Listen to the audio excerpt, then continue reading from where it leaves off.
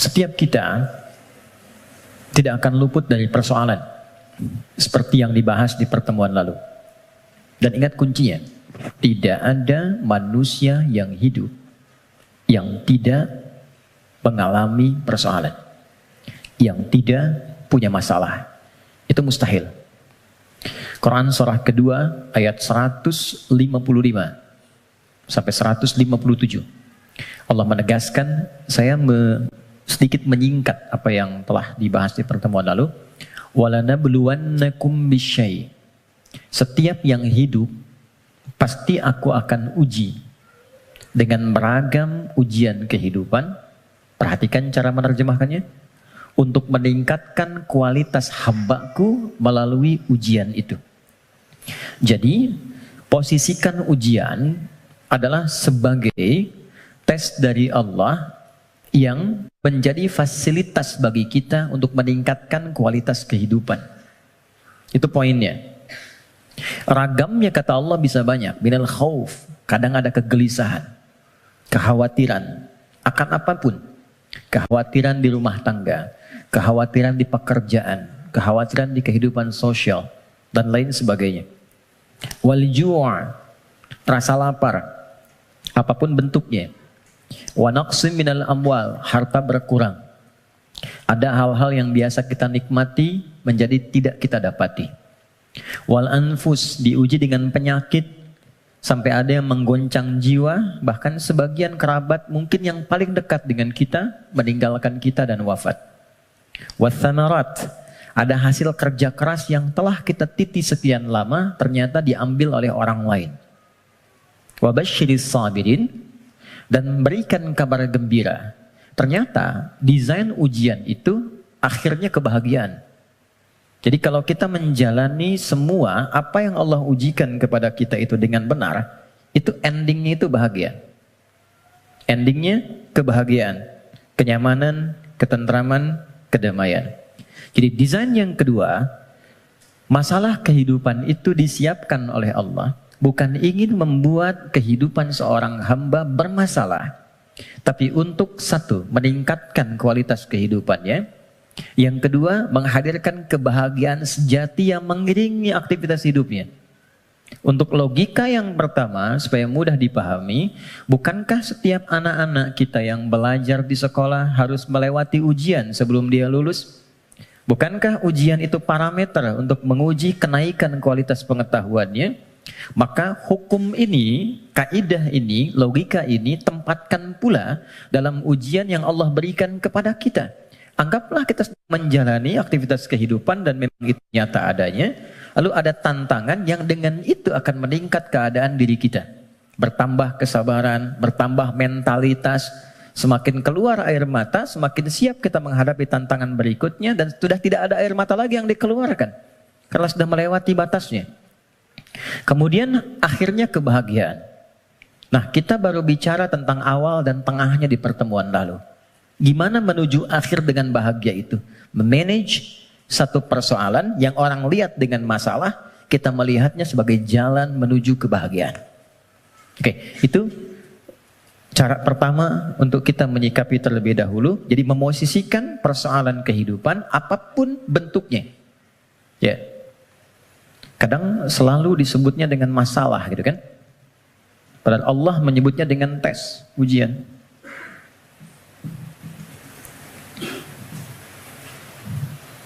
Satu, untuk meningkatkan kualitas hidup. Tadi sudah saya sampaikan bahkan dari sisi logikanya. Ya, ini macam-macam. Ada yang kaitan dengan intelektual, wujudnya kreativitas. Ibu, teman-teman yang akhwat senang mana? Anak diam atau anak aktif? Aktif. Kalau diam kan gak enak ya. Aktivitas itu bukankah menstimulus orang tuanya untuk banyak melahirkan kreativitas? Akhirnya tahu, bisa mengendalikan emosinya, bisa menata, bisa mengiringi aktivitas. Sehingga mengatur orang yang sudah bisa mengendalikan anak lebih mudah nanti mengendalikan orang tua yang kekanak-kanakan. Jelas ya? Itu contohnya. Ada yang terkait emosional. Ada yang terkait dengan spiritual.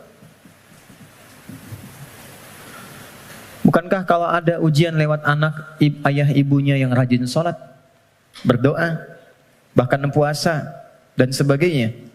Bukankah kalau anaknya sering bertanya tentang persoalan, sering mengeluhkan di sekolah, ibunya yang mulai curhat, bapaknya yang mencari solusi, ini meningkat ini semua. Kalau Allah nggak titipkan lewat itu semua, nggak akan mungkin muncul pengalaman-pengalaman yang kadang melahirkan nostalgia di kemudian hari. Ya, ini poinnya. 2, dan ini pasti sifatnya, apalagi di rumah tangga. Saya tanya sebentar, siapa yang ingin rumah tangganya sakinah? Semuanya ya. Dan sakinah itu babnya adalah masalah. Karena sakinah itu ketenangan yang lahir setelah tuntas persoalan itu diselesaikan. Oke. 2, tidak mungkin Allah titipkan ujian berupa aneka persoalan kehidupan kecuali menjadikan ini sebagai jembatan yang mengantarkan pada kebahagiaan. Ini poinnya. Secara teoritis psikologis kita sudah belajar di pertemuan lalu bagaimana menyikapi masalah supaya jadi ujian yang menyenangkan. Itu dulu. Kemarin setelah kita belajar, yakinkan pada diri kita nggak mungkin diuji kalau nggak sanggup, kan? Al-Baqarah 286 selesai kemarin. La yukallifullahu nafsan illa wus'aha. Jadi kalau ada yang diuji dengan persoalan apapun, katakan pada diri kita, aku yang dipilih, insya Allah sanggup, insya Allah mampu. Itu dulu. Nanti secara psikologis akan ada kekuatan yang tak kita sadari membuat kita lebih siap menghadapi itu. Itu kaidah Quran. Kedua, inna ma'al usri yusra. Sudah kita bahas ini. Yakinkan pada diri kita, setiap ada masalah, katakan langsung pada diri, pasti selesai. Pasti ada solusinya. Tidak ada masalah yang nggak ada solusinya. 2, kalau ini sudah menyemai dalam jiwa kita masing-masing, jadi sebesar apapun masalah, itu pasti akan jatuhnya ringan. Apalagi kalau dijatuhkan betulan di atas bentangan sajadah. Kan? Itu lebih indah. Itu yang dimaksud Quran surah 12 ayat 85. Innama ashku bathi wa huzni ilallah. Kata Nabi Yakub, aku tuh kalau ada masalah, curhatnya sama Allah. Bukan di media sosial. Dan tidak menyelesaikan persoalan. Anda bikin status, aku nggak menduga ternyata dia begitu. Ya? Tapi nggak ada solusinya gitu. Ya, nggak ada solusinya. Nah sekarang, apa yang tadi kita uraikan telah tuntas kita bahas di pertemuan lalu. Silahkan dilihat kembali, di review videonya. Sekarang kita akan masuk ke sini. Bagaimana memanage persoalan menuju jalan menuju kebahagiaan. Teman-teman, setiap orang yang diuji ada masalah pasti butuh solusi. Dalam bahasa Al-Quran, solusi itu dikenal dengan makhraj namanya. Apa namanya? Makhraj. Pernah dengar makharijul huruf? Oke, makharij itu jamak dari kata makhraj. Makhraj. Makhraj itu jalan keluar. Jadi kalau teman-teman misalnya umrah atau haji, ada lewat jalan di atasnya tulisannya makhraj, jalan keluar. Exit, kan? Nah, di dalam Al-Quran, setiap orang yang diuji dengan persoalan kehidupan, itu fitrahnya sudah pasti menginginkan jalan keluar. Ini saya pengen keluar, ini bahasa kiasan. Ini ada tempat penuh dengan masalah, saya pengen keluar. Apa jalan keluarnya? Apa makhrajnya? Kalau kita keluarkan ayat-ayat terkait dengan solusi dari setiap persoalan yang endingnya kebahagiaan, maka kita akan temukan 1. Quran, surah ke-65. Kita mulai dengan basicnya Quran dulu ya, supaya nggak bisa didebat gitu. Kalau teori manusia kan bisa didebat ya, tapi siapa yang mau mendebat firman Allah? Jadi saya mulai dengan Quran, hadis. Jadi kalau hadisnya didebat, Anda mendebat Rasulullah gitu. Baik, oke. Quran surah 65 ayat surah At-Talaq. Akhir ayat kedua, di akhir ayat kedua, di awal ayat ketiga. Dan nanti indahnya kenapa ditempatkan di surah At-Talaq. Ya. Bahkan di titik paling nadir pun dari persoalan itu, yang kadang sengketanya, kadang di ujung seakan melahirkan perpisahan dan sesuatu yang tidak diinginkan, itu ternyata masih bisa disisipkan ending yang membahagiakan. Ya, ya kita bacakan ayatnya. Bismillahirrahmanirrahim. Langsung ke ujungnya saja, karena kita agak terbatas waktunya. Wa may yattaqillaha yaj'al lahu makhraja. Satu. Oke. Kalau saya tuliskan kelihatan ya, insyaallah ya. Dan kalaupun belum tampak secara langsung, nanti bisa direview videonya, jadi bisa terlihat lebih jelas. Saya naikkan ke atas. Waman, ini yang saya highlight dulu. Wa may yattaqillaha. Gini. Ya, dan kelebihan. Wa may yattaqillaha. Nih, kuncinya ini. Saya kotaki. Baru saya turunkan ke sini. Ya ja'allahu makhraja. Makhraja. Oke, kita temukan kalimat makhraj di Quran. Satu. Waman, saya baca dengan man dulu, tidak saya baca dengan tajwid. Waman, dan siapapun. Saya agak kurang sepakat dengan terjemahan dan barang siapa. Karena saya cari sampai sekarang nggak pernah ketemu itu barang punya siapa gitu. Barang siapa. Oke. Jadi saya lebih senang menerjemahkan dan siapapun. Dan siapapun. Nah, man ini di dalam bahasa Arab tuh kaidahnya berbunyi begini. Ismun mausulun yadulu alal faradiyah. Paham? Tidak. Man, konjungsi yang menunjuk kepada objek, kadang subjek, tapi dia menunjuk secara personal, tapi sifatnya luas. Di tawarannya berlaku secara personal setiap kita, tapi bersifat terbuka. Jadi kalau ada kata man di Quran, itu Allah sedang berbicara kepada kita, posisikan secara personal. Setiap kita itu sedang dikhitab, ditawari langsung oleh Allah. Dan tawarannya terbuka. Mau laki-laki, perempuan, besar, kecil, tua, muda, siapapun. Kalau ini kemudian disandingkan dengan kata makhraj, yang tadi kita sepakati makhraj itu solusi, jalan keluar. Lawan dari solusi, masalah kan? Ujian kan?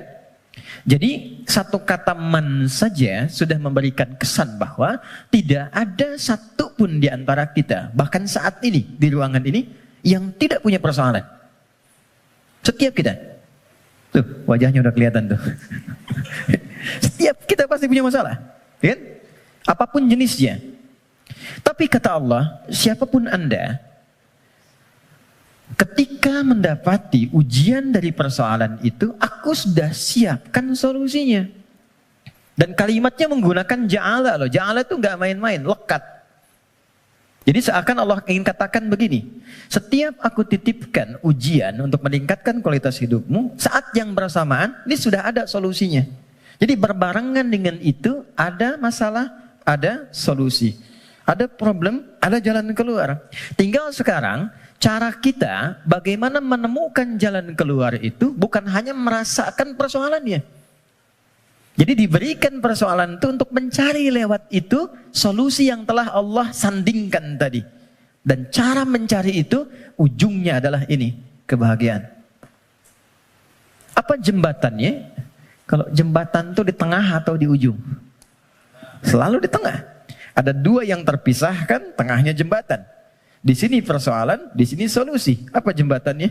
Kita cari yang pertengahan di sini.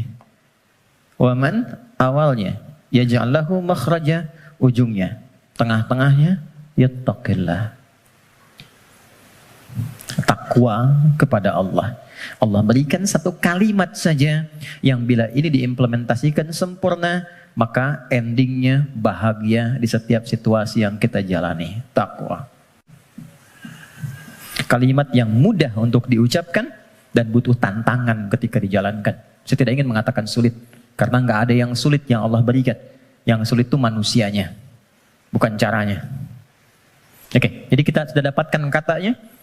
Kalau ada persoalan, ujian apapun dalam kehidupan, maka kalau ini ingin cepat dituntaskan oleh Allah dan endingnya bahagia, maka solusi pertamanya apa? Takwa. Oke, satu dulu. Dua, apa itu takwa? Karena di sini kita punya dua pembahasan. Topik pertamanya tentang definisi yang jelas apa itu takwa. Yang keduanya kenapa pakai ya di sini. Nanti ini yang di akhir kita akan tutup sebelum kita diskusi. Teman-teman, takwa itu singkatnya, definisi yang paling singkat dan mencakup adalah membangun hubungan baik dengan Allah. Itu cara cepatnya. Wa may yattaqillaha, siapa yang mampu mendekati Allah dengan baik. Oke, sekarang kita terapkan logikanya. Kalau kita punya persoalan, bukankah kita akan berkonsultasi kepada orang yang kita duga mampu menyelesaikan masalah kita? Ya kan? Bukankah kalau Anda punya masalah di handphone, Anda akan datang ke counter handphone? Bukankah kalau ada orang punya masalah di kendaraannya, dia akan datang ke bengkel yang sesuai dengan kendaraannya? Oke, artinya kita akan merujuk kepada objek itu ketika dipandang dia mampu menyelesaikan masalah yang kita hadirkan. Sekarang, pertanyaannya, siapa yang mampu menuntaskan dan maha memiliki solusi dari semua masalah yang ada di muka bumi? Bukankah Allah? Bukankah yang punya solusi Allah? Yang punya harta Allah? Yang punya ilmu Allah? Karena itulah kita sering minta kan? Ya Allah, ya Allah, ya Allah. Pertanyaannya, apakah setiap yang meminta itu punya hubungan baik dengan Allah? Anda punya masalah.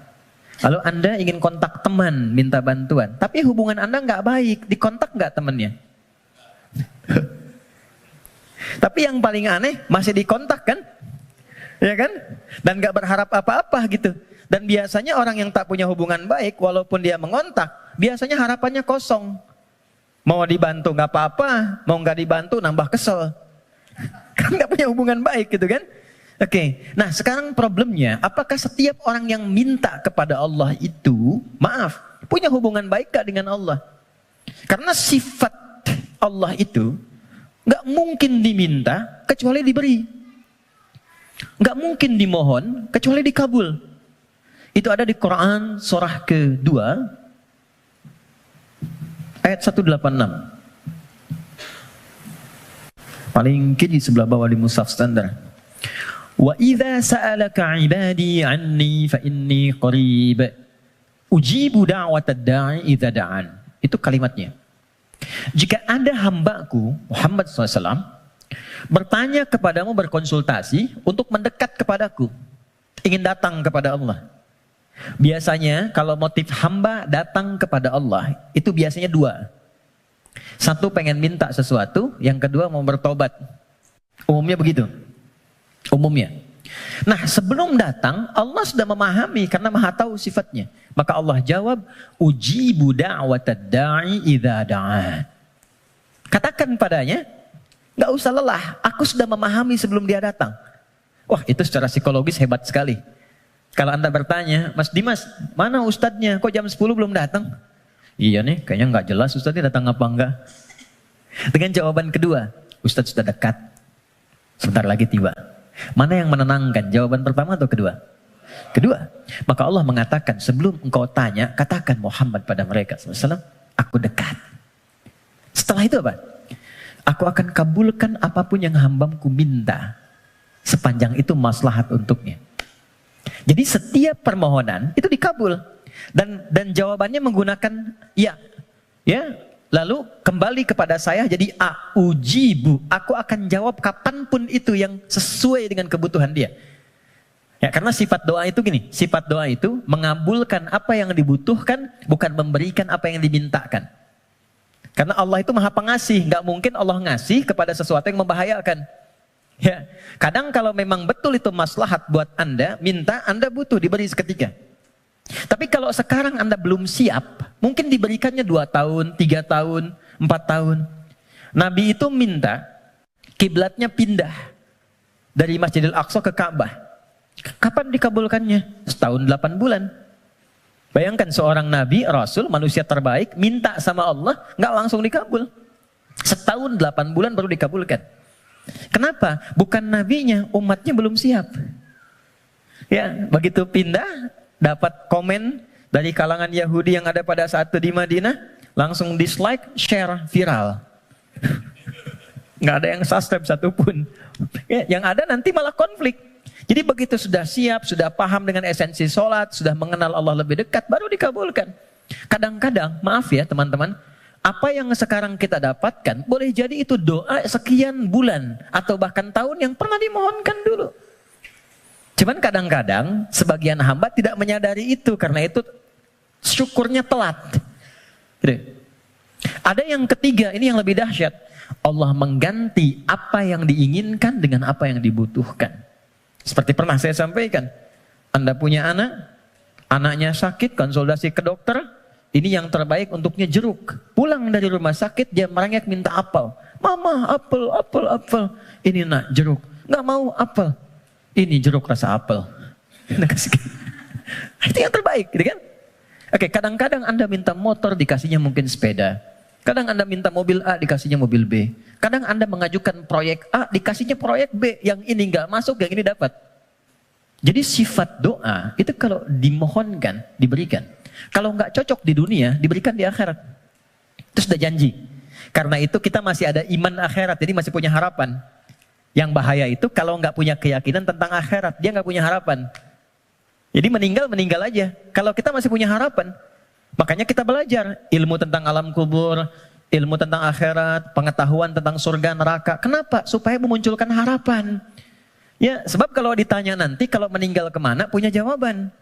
Kalau orang yang nggak tahu itu ditanya kemana, meninggal ya meninggal aja.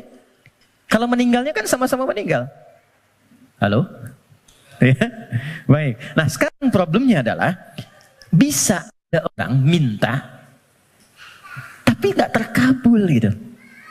Nggak dapat. Apa problemnya? Maka saya kisahkan hadis Nabi.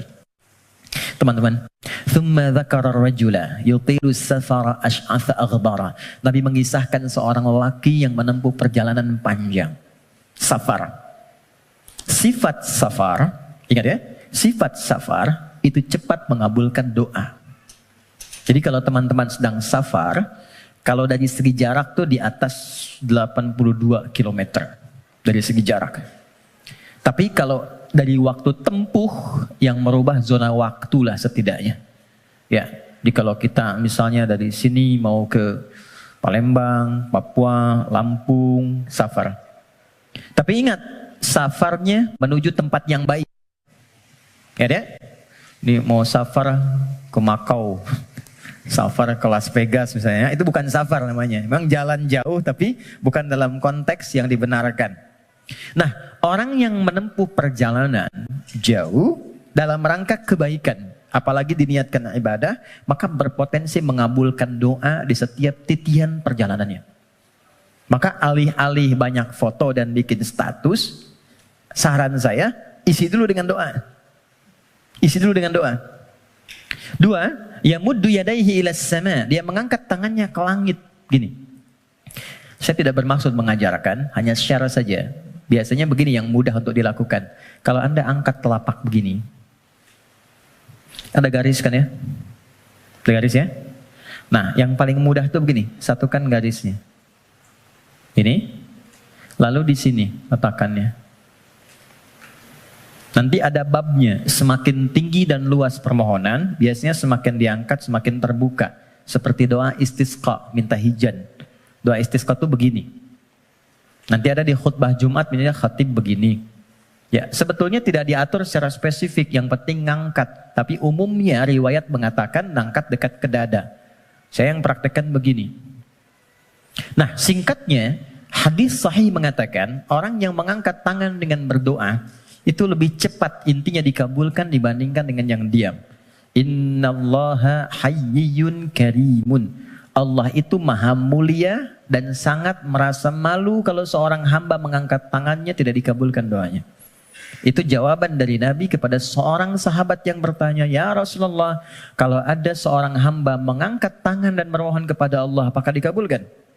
Kata Nabi, bagaimana menurutmu jika ada temanmu minta kepadamu sambil menengadahkan tangannya begini? Ya, Mas Andrian, tolong sesuap nasi aja. Kalau nggak ngasih malu kan? Maka kata Nabi, Allah lebih malu karena sifat rahimnya, lebih malu kalau hambanya mengangkat tangannya lalu dia tidak memberinya. 2. 3, ini kunci cepat. Fayaqulu ya Rabb, ya Rabb. Lalu dia bermohon dengan al-asma'ul husna. Cara ketiga, kalau doa ingin cepat dikabulkan, mulai dengan al-asma'ul husna. Enggak perlu semuanya. Pilih satu nama yang sesuai dengan permohonan yang kita ajukan. Contoh, Allah punya berapa nama? Ya, yang dihitung 99. Itu yang disebut dengan Al-Asma'ul Husna. Quran surah ke-17 ayat 110. Ulidu'ullaha. Kalau engkau punya persoalan, kata Allah, sebut namaku minta. Awid'ur Rahman. Sebut namaku sang pemberi tanpa batas. Maha kasih yang luas. Ayyamma tad'u. Tapi kalau engkau ingin spesifik, falahul asma'ul husna. Pilih satu nama yang sesuai dengan kebutuhanmu. Contoh, Anda minta untuk dilapangkan rizki.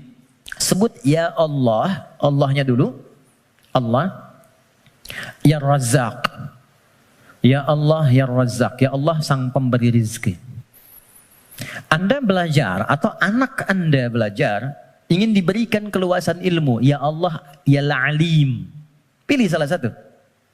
Nabi Zakaria ketika bermohon kepada Allah, manusia itu berkata, kamu punya keterbatasan, nggak mungkin punya keturunan. Maka beliau menyebut nama Allah sang pemberi tanpa batas. Namanya Ya Wahhab. Disingkat dengan Hab. Ya, Wahhab. Banyak persoalan ingin dikuatkan kesabaran. Ya Sabar. Ya, jadi kalau Anda mau minta, nggak harus semua disebut. Nanti yang nggak ada, jadi ada. Ya Allah, ya Razak, ya Alim, ya Sabar. Tadinya nggak punya masalah, Anda malah punya masalah gitu kan? Oke. Dia menyebut ketiganya. Jadi dia mengatakan ya Rabb, nama ucap untuk pemberian dengan sifat rububiyah. Dia safar dan orang ini mengangkat tangan. Apa kata Nabi? Anna yustajabu lidzalik. Ini susah doanya dijawab. Gimana bisa terjawab? Ternyata dia dalam keadaan sedang punya hubungan yang tidak baik dengan Allah. Kata Nabi, mat'amu haramun. Makanan dia sumbernya dari yang haram. Mashrabu haramun. Minumnya yang haram. Malbasu haramun. Pakaiannya dari yang haram. Wa ghudhiya biharamin, dan perangkat hidupnya haram. Saya pegang gelas dari tadi. Saya ingin tunjukkan begini. Ini gelas masih terbuka. Gini. Man. Saya bisa masukkan apapun, spidol, pena, even itu air, dan yang lainnya.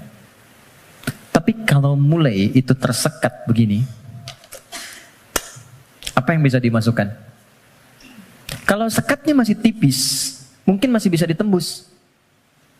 Sepanjang tajam permohonan, air mata keluar, bermohon dengan lembut dan lirih, masih bisa tembus. Tapi kalau yang menutupnya semakin tebal dan kuat, bagaimana bisa tembus? Maksiat yang membuat kita terhubung, buruk, jelek sinyalnya, koneksinya bahkan terputus dengan Allah, itu yang menjadikan sekat-sekat yang menghambat cawan hati kita untuk menerima pengabulan doa dari Allah Subhanahu wa Ta'ala. Maka tadi saya katakan di awal, bagaimana ada orang punya hubungan yang kurang baik dengan Allah, saat yang bersamaan dia berani meminta. Bersyukurnya Allah punya sifat Rahman dan Rahim yang masih menampung permintaannya dan mengabulkan.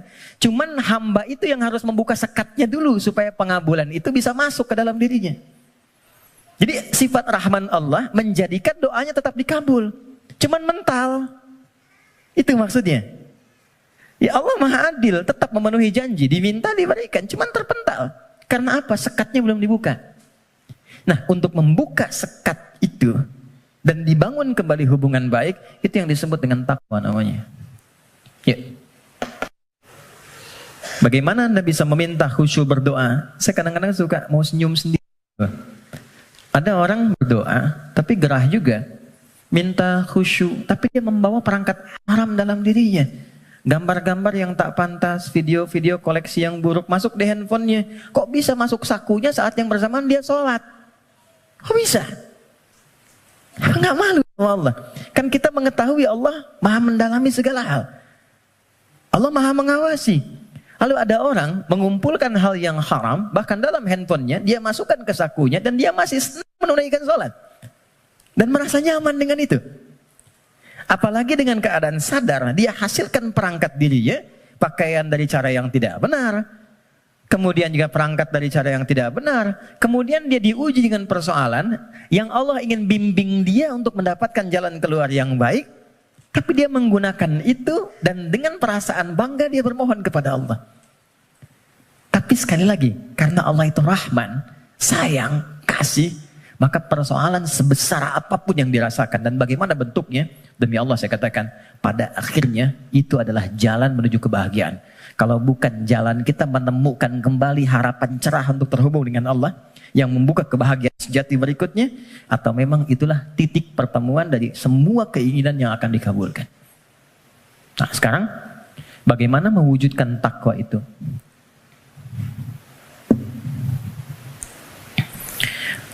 Teman-teman, halo? Kenapa serius begitu? Tenang ya, tenang. Nah, baik. Sekat ini terhambat karena ada penyebab.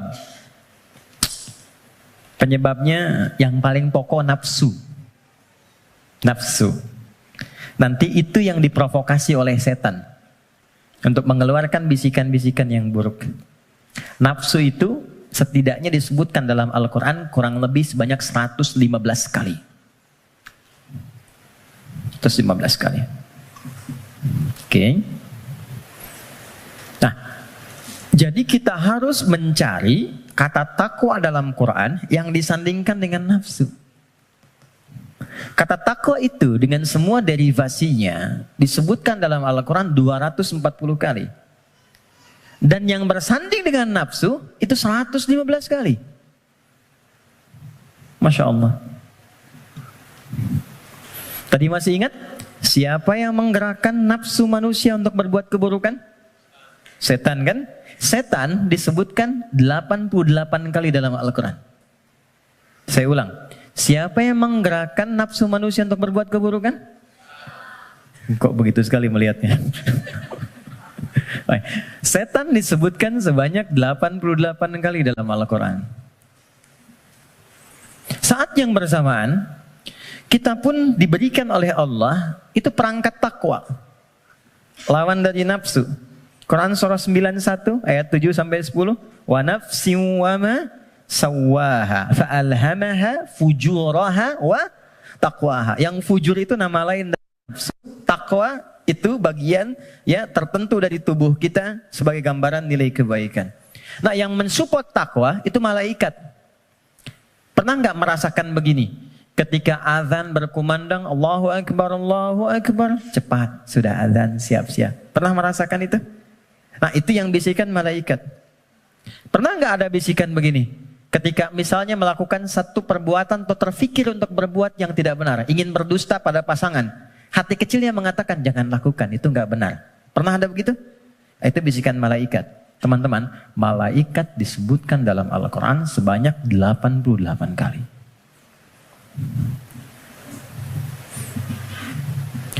Jadi ini automatically bekerja secara bersamaan terus.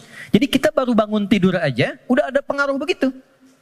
Ya, harus cepat mengambil keputusan. Di mana yang mau diambil? Makanya itu Nabi mengatakan istafti qalbak. Kalau kita ingin memutuskan sesuatu, tautkan diri kita dengan Allah, ambil isyarat dari jiwa takwa kita. Ini. Dari 115 kali ini yang disandingkan dengan nafsu, maka keluarlah di situ rumusan-rumusan amal soleh, ibadah yang menjadi jalan sekaligus jembatan yang menghubungkan kita dengan Allah. Apa diantaranya? Jazakallah khair. 2, 3, 4. Ya, kita pelan-pelan ya. Buka Quran surah kedua. Ini bagian terakhir kita untuk materi pengantar. Surah Al-Baqarah. Oke. Ayat 1 sampai 5. Quran surah 2 Al-Baqarah ayat 1 sampai 5. Ayat 1-nya pembuka, ayat 2 sampai 4 itu jembatan takwanya, ayat 5 adalah ending kebahagiaannya. Oke. Ya, kita mulai. Pembukanya Allah sampaikan Alif Lam Mim. Aku akan berikan informasi dari firman-Ku yang mudah untuk dipahami, mudah untuk dibaca, mudah untuk diamalkan, semudah engkau mengucapkan Alif, Lam, dan Mim. Alif yang keluar di lisan, A dari rongga di sini, Lam sampai di lidah, Mim sampai di bibir. Semudah engkau berucap, semudah itu pula Quran bisa dibaca, dipahami, dan diamalkan. Dzalikal kitabu la raiba fi. Tapi engkau mesti yakin, kalau ingin mendapatkan manfaat dari Quran ini, engkau mesti yakin tanpa ragu terhadap apa yang akan aku sampaikan dan mengamalkan apa yang aku bimbingkan di dalamnya. Teruskan. Dzalikal kitabu la raiba fihi hudal lil muttaqin. Isi Al-Quran aku telah siapkan menjadi pedoman kehidupan, petunjuk hidup untuk semua kegiatan yang mengiringi bagi orang takwa. Muttaqin itu jamak dari kata taqi. Taqi itu satu orang. Quran surah ke-19 ayat 12 sampai 15. Ya Yahya khudhil kitaba biquwwah wa atainahu al-hukma sabiyya wa hananan min ladunna wa zakatan wa kana taqiyya. Jadi kalau taqi satu orang. Ya. Misalnya Mas Doni punya anak Hamzah yang bertakwa satu orang. Diberi nama Hamzah At-Taqi. Hamzah aku harapkan jadi insan yang bertakwa. Misal. Kalau banyakan itu berubah namanya menjadi muttaqin. Kalau menjadi objek muttaqin jadi subjek muttaqun. Kata Allah, aku telah siapkan isi Quran sebagai pedoman berkehidupan. Objeknya siapa? Untuk hamba-hambaku yang mencoba meningkatkan takwa. Apa jembatan amalan untuk mewujudkan sifat takwa itu, menjadi orang takwa itu? Teruskan ayatnya. Ini poinnya. Ayat 3. Alladzina yu'minuna bil ghaib wa yuqimuna shalah. Oke, satu. Teman-teman lihat baik-baik. Disebutkan dengan kata alladzina. Saya pernah sampaikan di banyak pertemuan. Alladzina disebutkan sebanyak 1080 kali dalam Al-Quran. Dan menunjuk pada semua objek tanpa batas. Siapapun.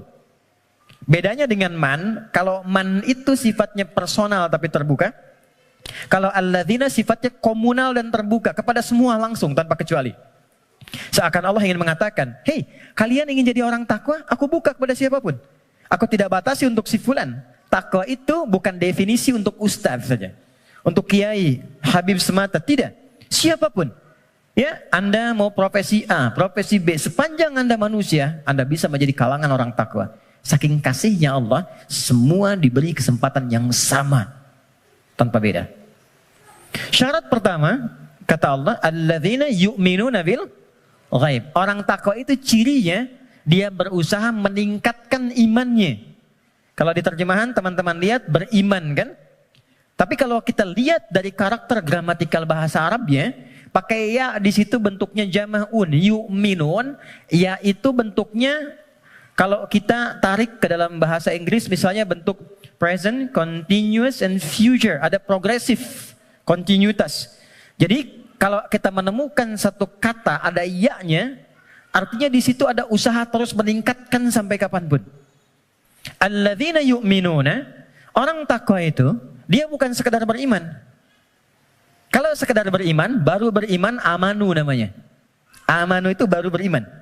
Oke? Tapi kalau dia mau menerus meningkatkan imannya supaya lebih kuat, maka berubah katanya dari amanu menjadi yu'minun. Satu, diniatkan untuk meningkatkan iman.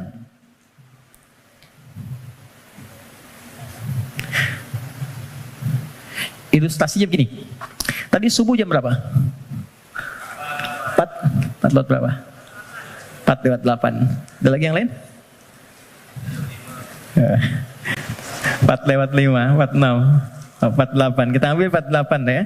4 lewat 8. Allahu Akbar, Allahu Akbar. 4 lewat 8. Begitu dipanggil, Allahu Akbar, Allahu Akbar, bangun. Sadar ada panggilan, siap-siap untuk menunaikan salat. Jam 4 lewat 8 dipanggil, jam 4 lewat 8 bangun. Itu namanya iman standar. Oke. Bukan kuat, iman standar. Oke. Baik, gini. Teman-teman, kerjanya jam 8. Datang jam 8, standar gak? Standar kan? Ya. Kerja jam 8, datang jam 8, standar ya? Standar. Kalau Anda datang jam 7, itu baru istimewa. Ya, itu baru kuat, bagus.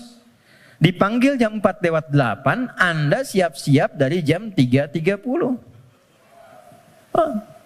Nunggu panggilan, kan? Itu kuat namanya. Dipanggil jam 4 lewat 8, nunggu dari jam 2. Istimewa. Ya. Yang sering terjadi itu begini, dipanggil jam 4 lewat 8, baru sadar jam 8 lewat 4. Ya. Okay. Ini problemnya. Dan masih menuntut untuk solusi segera gitu kan. Nah, ini. Nah teman-teman, jadi orang yang yu'minun itu, dia tahu dia beriman, dia tahu dia dipanggil sholat, tapi dia ingin selalu meningkatkan keimanannya. Maka dia naikkan, biasa dipanggil jam 4 lewat 8, jam 4 dia mulai bangun. Naik lagi jam 3.45, 3.30. Semakin Anda mampu meningkatkan itu dan nanti ada rasa dalam jiwa. Ya, petunjuknya begini. Biasanya kalau iman sudah mulai meningkat dalam bab sholat itu, ada orang yang ketinggalan sholat sunnah itu hatinya gelisah. Padahal yang fardu itu belum dipanggil. Karena biasa tahajud, subuh 4 lewat 8, dia bangun jam 4 lewat 5. Lalu ketika dia lihat jam, ya Allah terlambat saya. Padahal subuh aja belum. Nah itu jadi akan melahirkan satu getaran pada jiwanya, yang bahkan memosisikan ibadah sunnah itu kehilangan, jadi sesuatu yang sangat mahal. Kalau yang ini yang standar, atau ini yang di bawah standar, kadang-kadang terlambat sholat fardu pun biasa aja. Ini, ya. Nah ini yang dimaksud yu'minun. Jadi kalau ingin menjadi manusia takwa, yang dimudahkan segala persoalan kehidupannya, ini kan eksklusif. VVIP, nggak semuanya orang bisa. Hal yang pertama dilakukan adalah niatkan untuk meningkatkan iman dulu. Naikkan imannya. Jalannya bagaimana? Amalannya langsung. Cara meningkatkan iman itu satu, wa yuqimunas shalah. Perhatikan tulisannya teman-teman di situ. Ya, biarkan saya saja supaya antum fokus untuk melihat, ya, dan bisa maksimal untuk mengamalkan. Biarkan saya mengembalikan pada fitrah diri saya. Coba lihat di mushafnya, tulisannya mesti begini. Nah, harus begini. Yuqimunas sholata. Nggak boleh beda. Harus begini. Karena nanti ada yang begini. Gini. Ada yang begini. Salawat. Kalau yang begini artinya sekali, tunggal. Kalau yang begini artinya sholat fardu 5 waktu. Contoh Quran surah kedua Al-Baqarah ayat 238. Hafidhu 'alas shalawat. Bentuknya begini. 5 waktu. Kodenya boleh dicatat 24434.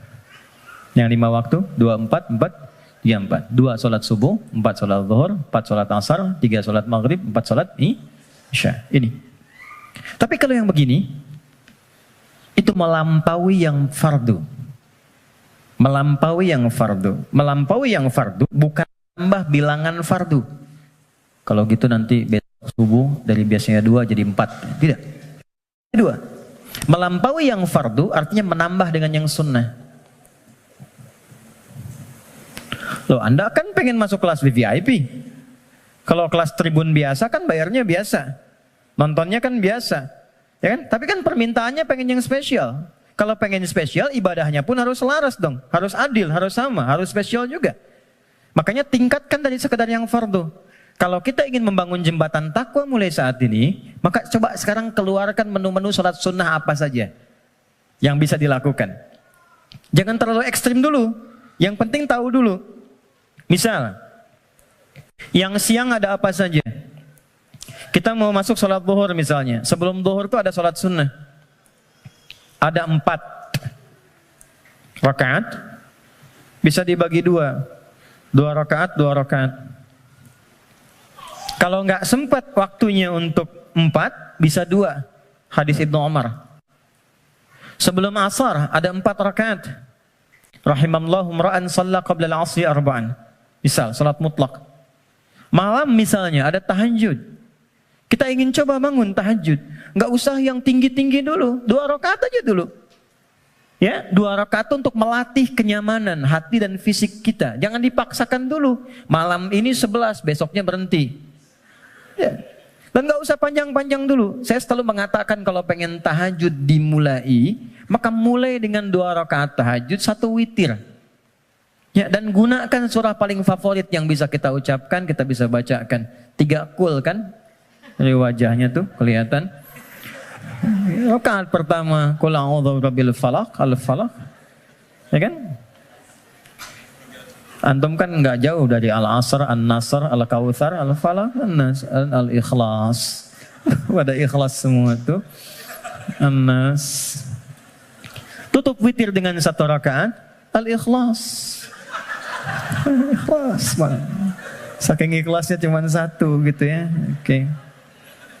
Saking. Coba dulu itu. Sampai jiwa kita merasa bosan, nyaman jiwanya. Tapi kan kita mulai merasa bosan, masa ini terus? Besok kan jadi naik kan? Jadi 4, terus tambah ad-duha, al-insyirah. Lama-lama menikmati. Nah, ketika menikmati itu yang disebut dengan halawatul iman, nikmatnya beriman. Sudah pengen pindah surat. Kalau para penghafal Quran tuh adik-adik RKM biasanya murajaah. Al-Baqarah, Ali Imran, An-Nisa, biasa. Tapi kalau sudah paham esensi tahajud, yang dibaca itu kadang, kalau sudah mengerti, surat yang sesuai dengan kebutuhannya. Itu tingkat tertingginya. Misal, sedang ada persoalan yang berat ke jiwa. Nggak harus tinggi-tinggi. Baca rakaat pertama ad-duha, kedua al-insyirah. Kita nggak harus tinggi-tinggi. Dan kita merasakan itu. Pengen membangun hubungan baik dengan Allah, pengen taubat gitu kan, pengen mendekat, pengen jadi ahli surga, baca surat Az-Zumar misalnya. Pengen husnul khatimah, bacakan surah Al-Fajr misalnya. Ya, akan di penghujung ayatnya, ayat 27 sampai dengan ayat 30. Ya kan? Sampai terasa kenikmatannya. Itu yang dimaksud dengan wa yuqimunas shalah. Dan tunaikan dengan khusyuk, dengan merasakan itu. Ya. Ini poinnya. Jadi untuk menjadi orang takwa, amalan pertamanya apa? Salat. Untuk itulah ia disebut salat, dari kata silah asalnya. Silah. Dari kata wasala yasilu wusulan wasilatan. Wasalat itu sampai, ibadah yang menyampaikan hajat kita kepada Allah disebut dengan salat. Karena itu semua isinya doa. Silah, kalau teman-teman bikin simpul yang kuat talinya begini sehingga sulit dilepaskan, gini, disebut dengan silah namanya. Hubungan erat yang sulit dilepaskan. Pernah dengar silaturahim? Kenapa disebut silaturahim? Karena ketika Anda kumpul, terhubunglah ya satu hubungan, chemistry, perhatian yang itu nggak lepas saat pulang. Jadi silaturahim itu wujudnya bukan saat kumpul. Kalau kumpul Anda menyapa, wajar orangnya ada. Kalau kumpul Anda tersenyum, wajar temannya ada. Silaturahim itu ketika Anda pulang, Anda masih ingat kawan Anda dan Anda doakan dia. Anda sapa dia. Anda berikan apa yang sanggup Anda bisa sampaikan. Saya diajarkan pada guru kami saat selesai belajar dan siap untuk mengajar. Pesan guru saya waktu itu, nak, kalau engkau mengajar siang hari, tatap yang mampu kau tatap dari orang yang belajar itu. Sampaikan dengan tulus, malam kau bangun, kau sholat minta sama Allah. Bayangkan orang-orang kau tatap itu. Mintakan, ya Allah, mudahkan urusan hidupnya, sehatkan mereka, bahagiakan mereka, tanamkan kedamaian dalam jiwa mereka. Mudahkan mereka untuk memahami apa yang dipelajari. Itu yang menjadikan ilmumu akan bermakna. Gitu. Dan jangan pernah mencari dunia. Karena Allah pasti akan cukupkan. Itu pesan guru kami. Bedakan ketika teman-teman punya anak, kemudian belajar, Anda bayangkan wajahnya. Anda bayangkan keceriaannya. Anda mohonkan kemuliaan kepada Allah. Rasanya akan lain. Gitu. Nah, menyambungkan sesuatu dengan kuat itulah silah. Ibadah yang melatih kita terhubung dengan Allah supaya terus tersambung di setiap situasi, itulah sholat namanya. Karena itu orang yang sukses sholatnya, maka dia akan terkoneksi dengan Allah di setiap semua kegiatannya. Itu yang dikonfirmasi di Quran surah keempat An-Nisa di ayat 103. Quran surah 4 ayat 103. Dia langsung ingat, langsung terhubung, terkoneksi. Sesuatu yang terhubung, terkoneksi, ingat disebut dengan zikir namanya. Makanya habis sholat kita zikir kan? Karena boleh jadi saat sholat banyak yang lupa, belum terkoneksi dengan Allah. Ya? Bahkan ada orang yang kata Nabi sendiri mengingatkan, hatta la yash'ural musalli kam raka'atan yusalli. Ada orang yang bahkan gak sadar berapa rakaat sedang menunaikan sholatnya. Waktu subuh tadi berapa rakaat sholat? 2 ya? Ada yang 1 loh. Ada yang 3 loh. Karena tak ingat. Lupa. Kalau lupa kan suka nggak ingat, kan? Nah, فَإِذَا قَضَيْتُمُ الصَّلَاةَ, kalau Anda telah tuntas mengerjakan sholat, فَاذْكُرُوا, maka sholat yang telah Anda kerjakan itu akan mengoneksikan diri Anda dengan Allah. Qiyaman, dalam aktivitas berdiri. Jadi kalau orang benar sholatnya, dia berdiri itu ingat Allah, jalan aktivitas dalam berdiri. Jalan ingat Allah. Kalau jalan ingat Allah, mau pakai kendaraan, mau jalan kaki, nggak akan sombong. Karena merasa setiap aktivitas berjalannya diawasi oleh Allah. Keluar dari sini tak akan pernah tertukar alas kaki. Keluar dari masjid nggak akan ada yang ketukar sendal. Karena ingat Allah. Mustahil orang ingat Allah, lantas dia misalnya menggunakan alas kaki orang lain. Mustahil. Ya Allah, mana? Ya Allah. Oh, ini, astagfirullah, lupa. Pakai aja. Dia pakai yang paling bagus, padahal dia ke masjid nggak pakai sendal. Sekarang kreatif, maksiat tuh udah banyak kreatifnya sekarang. Anda bayangkan, orang berbuat maksiat aja makin kreatif sekarang. Jadi kenapa Anda berbuat baik minim kreativitas? Munculkan. Fadhkurullaha qiyaman wa qu'udan wa 'ala junubikum. Maka duduk pun ingat Allah. Makanya dia bekerja depan komputer, nggak ada yang bisa menambahkan nol, merubah proyek dan sembarangan, tanda tangan di tempat yang tidak jelas. Itulah sholat. Nah, ini yang saya katakan di awal, takwa itu amalannya jembatan yang menghubungkan kita dengan Allah. Tandanya sudah ada ketenangan. Jadi kalau sholatnya sudah enak, akan ada perubahan pada perilaku. Ya, tenang, nyaman, damai. Maaf teman-teman, saya ingin konfirmasi yang tadi saya sampaikan. Yang menjadikan seseorang tergerak berbuat maksiat sehingga mudah diprovokasi setan, itu apanya tadi? Nafsunya kan? Nah, nafsu itu punya 2 karakter. Ketika memberikan bisikan keburukan, ammaratum bisu, Quran surah 12 ayat 53, wa ma ubarri'un nafsi innan nafsa la'ammaratum bisu, bentuknya 2. 1, bisikan syahwat yang didorong pada perbuatan-perbuatan yang disebut dengan fahsya namanya. Fahsya itu bentuknya penyimpangan syahwat. LGBT, homoseksual, ya, pornografi, porno aksi, kata-kata jorok dan sebagainya, itu fahsya namanya. Nah, semakin bagus sholatnya, itu akan terkontrol, ditutup itu. Jadi merubah perilaku lebih baik. Tekan. Yang kedua, ada keburukan, was-was dari nafsu yang dimanfaatkan setan untuk berbuat tindakan-tindakan yang diingkari langsung oleh bagian tubuh kita. Nggak sepakat bagian tubuh kita. Biasanya nafsunya dari perut dan akal. Mencuri, merampok, gibah, bikin hoax, menipu dan sebagainya. Sesuatu yang diingkari secara langsung disebut mungkar namanya. Jadi ada fahsya, ada mungkar. Maka konfirmasi ini ditetapkan oleh Al-Quran di surah ke-29 di ayat ke-45. Quran surah 29 ayat 45. Perhatikan semua simpul hubungannya. Utlu ma uhiya ilaika minal kitab wa aqimis shalah. Innas salata tanha 'anil fahsya wal. Jadi mengerjakan amalan takwa pertama dengan menunaikan sholat itu bisa mencegah nafsu supaya tidak liar, tidak keluar fahsya, tidak keluar mungkar. Kalau sudah yang buruknya ditekan, maka muncul lawannya yang baik. Nafsu ditekan, takwanya naik. Manusia kan cuman begitu. Ya, yang keluar di lisan itu kan cuman dua. Kalau bukan kata-kata baik, kata-kata buruk kan. Kalau buruknya nggak ada, baiknya keluar. Kalau pulsa kebaikannya banyak, dia yang keluar. Tapi kalau buruknya banyak, baiknya kosong, buruknya naik, baiknya tertekan. Itu aja. Itu yang dimaksud al-imanu yazidu wa yantaqis. Yazidu bitta'ah, yantaqis bil maksiat. Kalau bermaksiat, naik buruknya. Kalau bertaat, naik baiknya. Ini konfirmasi awal. Maka nafsu dengan sholat bisa ditekan, maksiat bisa dihilangkan, sekat bisa dibuka. Dibukalah sekatnya. Ini.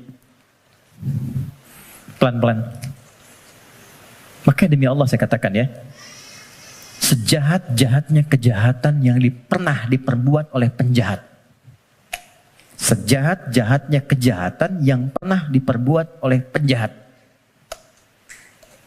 Itu akan sirna dan tuntas dengan menunaikan sholat yang benar ditunaikan.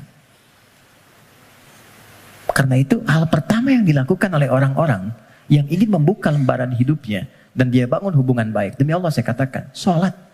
Larinya ke masjid. Dan lihat apa yang terjadi. Yang pertama Allah berikan bukan dunianya dulu teman-teman. Bukan dunia. Anda punya masalah, terlilit utang piutang dan sebagainya. Bukan dilunasi utangnya dulu. Tapi ditenangkan dulu hatinya. Nanti dari situ bisa membaca esensi kehidupan. Kemana sebetulnya hidup saya ini? Diajari nanti oleh Allah. Pola hidupmu salah selama ini. Makanya terjebak begini. Apa belum tiba waktunya kau menjadi orang yang baik? Apa enggak lihat orang-orang dulu yang pernah dulu begini, lebih buruk dari kamu, sekarang dia bisa jadi orang baik. Maka ditampakkan kisah si fulan, si fulan, si fulan. Enggak sengaja lihat YouTube keluarnya malah sesuai dengan apa yang kita butuhkan. Dibuka. Nanti setelah sadar keluar air mata tuh. Tenang, lapang, tiba-tiba ada orang datang di samping. Yang sudah lama enggak kita kenal tuh. Kata orang teman lama, bro kamu kemana aja? Lama. Apa pekerjaan sekarang? Cerita ngobrol, udah ikut saya aja. Pelan-pelan ikut berubah, masalah selesai tanpa terasa. Ada yang sedang tobat, sujud. Selesai ternyata husnul khatimah, wafat. Itulah salat.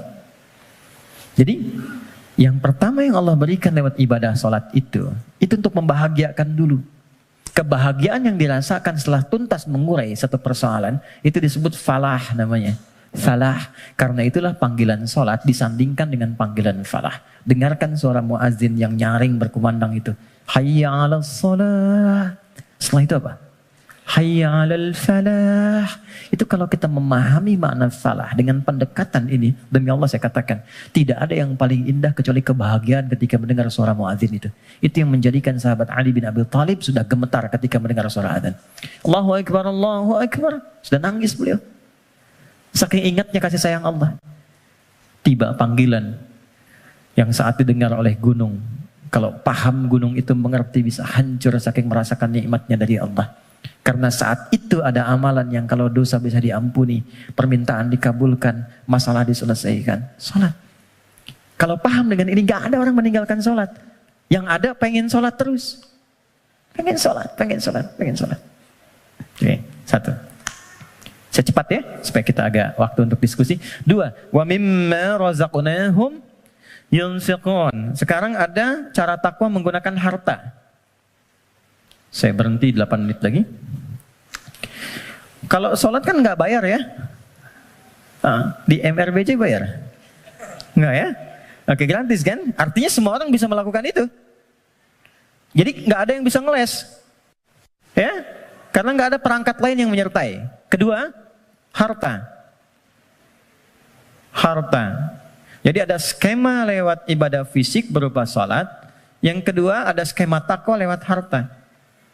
Ternyata harta itu bukan sekedar kenikmatan yang menjadikan kita nyaman dalam menjalani kehidupan dunia. Bukan semua fasilitas dunia, bukan. Tapi itu juga bisa menjadi perangkat yang mengentaskan solusi dari masalah yang dialami. Apa bentuknya nanti? Ada skema infak, ada skema zakat. Teman-teman hati-hati dengan zakat ya, karena sangat sensitif. Anda sengaja tidak berzakat, maka jadi racun hartanya. Bisa merusak kepada yang lainnya. Itu. Apalagi terwariskan nanti. Jadi makanan dimakan oleh anak atau siapapun, ya harus hati-hati. Infak, itu nilainya tinggi. Infak itu bukan sekedar menghadirkan pahala yang sangat luar biasa. 700 kali lipat paling sedikit. Jangan dibatasi di situ. Al-Baqarah ayat 261.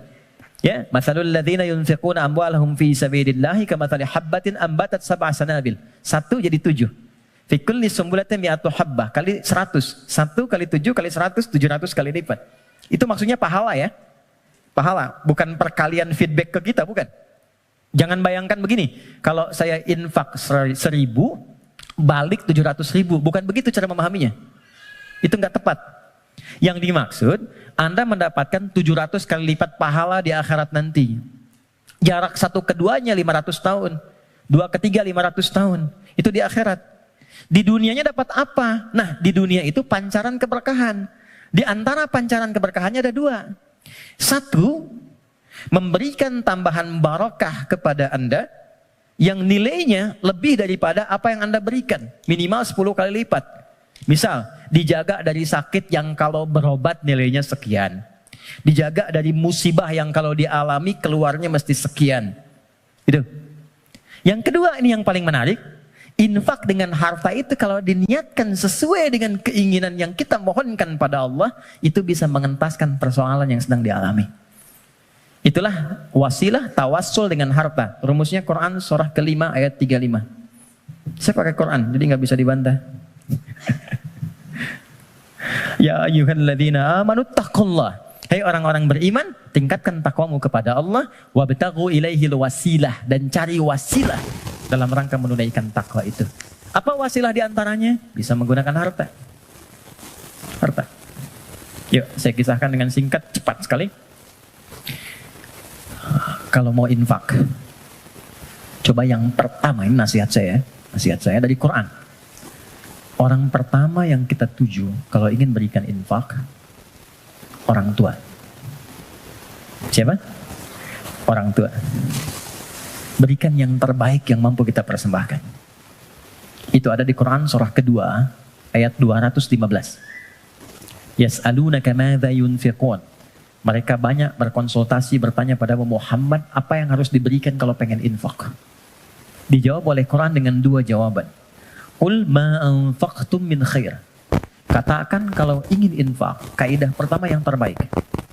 Misal, Anda beli mangga 5. Ibu masih ada. Berikan yang paling besar, yang paling bagus, yang terbaik itu buat ibu. Kalau mau dibagi. Contoh aja.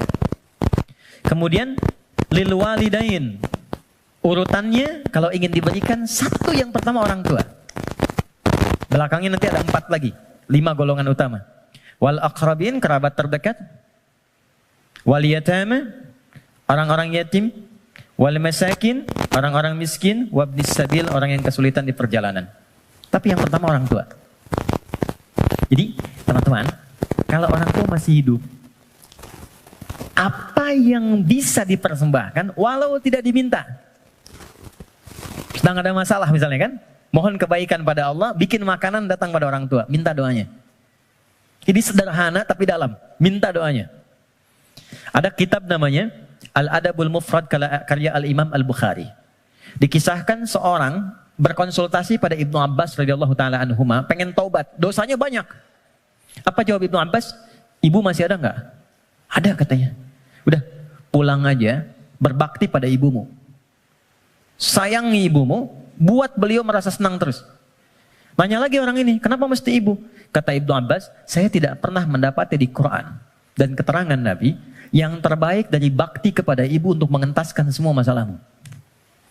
Dikonfirmasi di Al-Bukhari, ada orang sedang bekerja, tiba-tiba hujan turun, dia berteduh masuk ke dalam satu gua.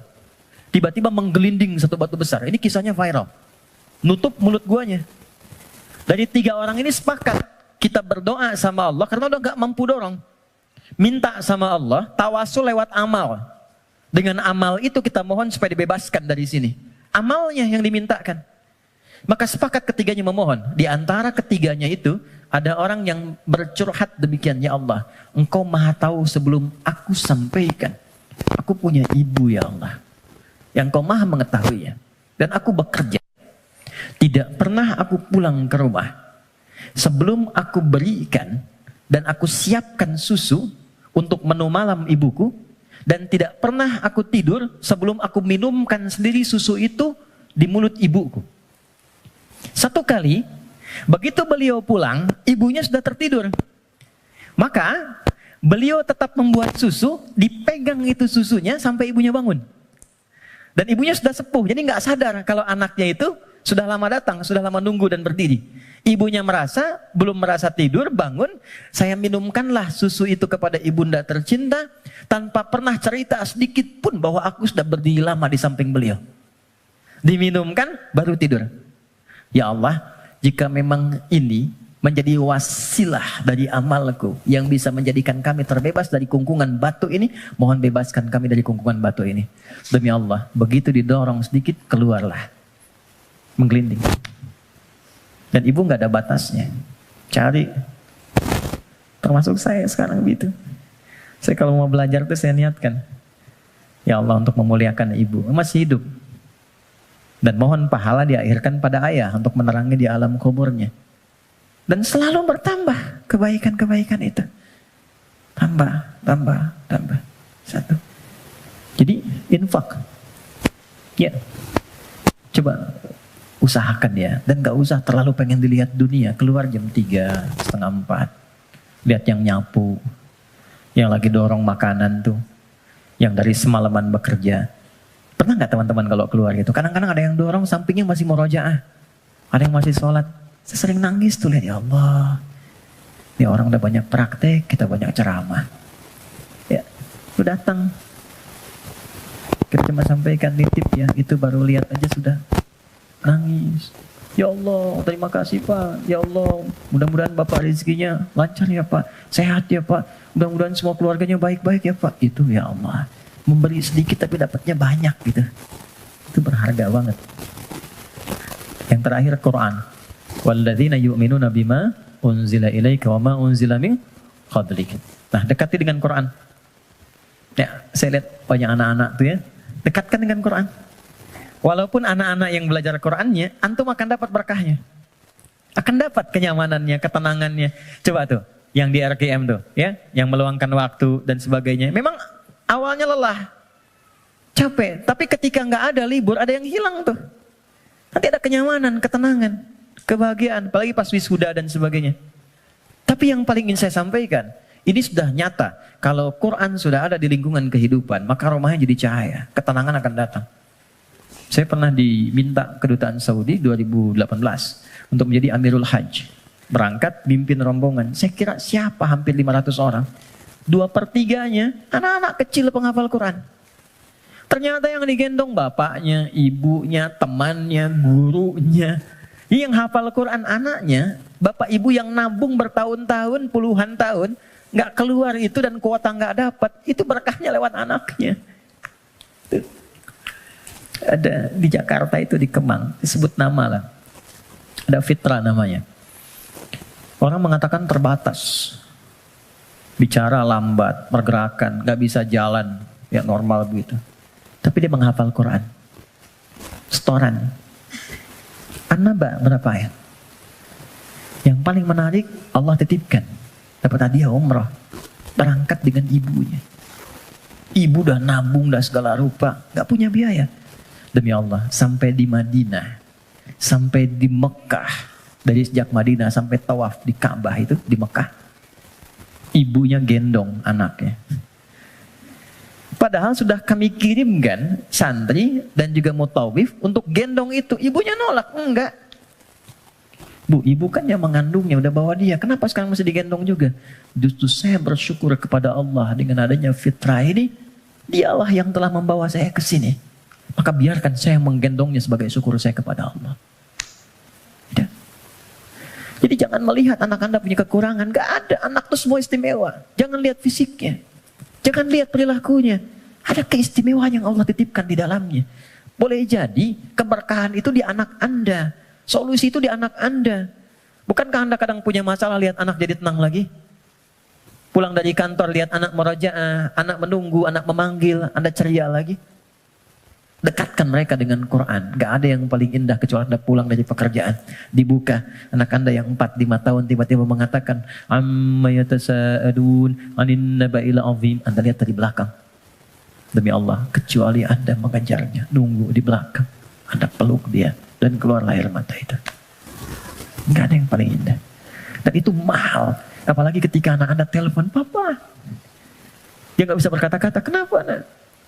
Aku telah selesai hafalan 30 juz. Udah. Kontrak sebesar apapun gak akan bisa membeli itu.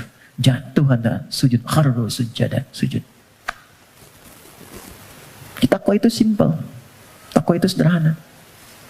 Terakhir, saya tutup. Wabil akhirati hum yuqinun. Jangan larut dengan masalah dunia. Ya, sehingga menjadikan Anda meratap. Dan Anda tidak move on dengan kehidupan berikutnya.